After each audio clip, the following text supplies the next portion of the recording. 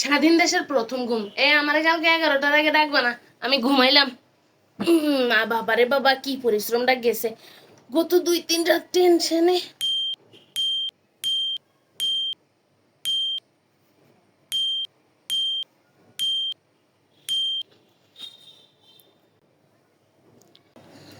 ভাই ভাই আমি মাত্র দেখলাম ভাই, পুরো অথেন্টিক সোর্স।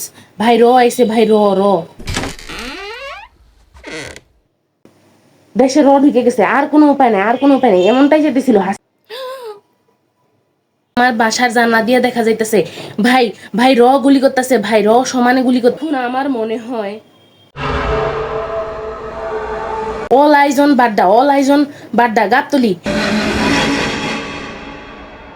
হঠাৎ আমার ওভার থিঙ্কিং ব্রেইন আমাকে বলছে কোনোভাবে হাসিনা যায় নাই, এত সহজ না। সরকারের পতন কি এত সহজ নাকি? আসলে বোকা মানুষরা বুঝে নাই। র ঢুকছে, র র র গাইজ, এই মাত্র অথেন্টিক সোর্সে নিউজ পাইছি, হাসিনা আমার অ্যাপার্টমেন্টের দোতলায় বসে মুরগির মাংস দিয়ে ভাত খাইতেছে। তাদের কি মনে হয়? আমার মনে হচ্ছে হাসিনা আমাদের বাসার নিচেই আছে, যে কোনো সময় এসে গুলি করে দেবে।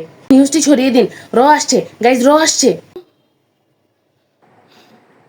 কি কয়, একটু পানি খামু না? পাশের রুমে হাসিনা। সে যায় নাই, সে কোনোভাবে যায় নাই, সে কোনো রকম পলাতক। ভাই আমরা একটা ট্র্যাপের মধ্যে আছি। বাংলাদেশ থাকবে না, এখন থেকে বাংলাদেশ ভারতের অঙ্গরাজ্য হয়ে যাবে। এটাই ছিল হাসিনার লক্ষ্য। অথেন্টিক সোর্স থেকে পাইছি। আমার নানা শ্বশুরের খালুর মামার ঘরের চাচার বোন জামাই আর্মির সেনাপ্রধান। উনি বলছে আমার মনে হয়।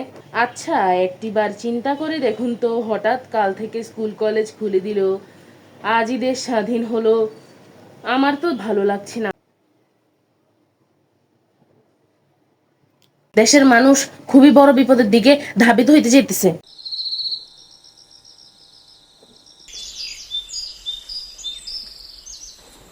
কই আমি? এটা কোন জায়গায়? এটা ভারত না? আমার না কিডন্যাপ করে নিল।